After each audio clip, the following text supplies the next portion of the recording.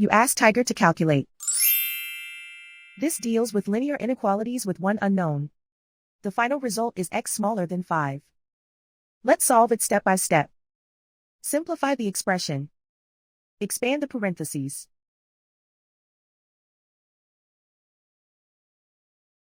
Simplify the arithmetic.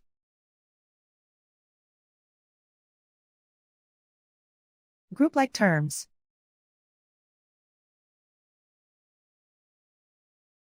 Simplify the arithmetic.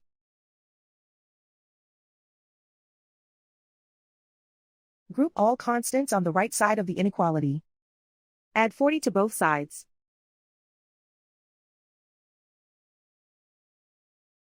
Simplify the arithmetic.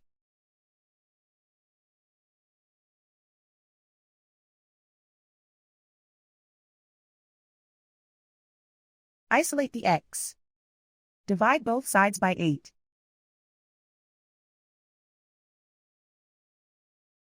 Simplify the fraction.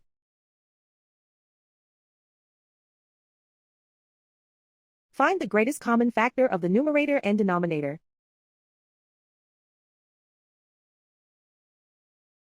Factor out and cancel the greatest common factor.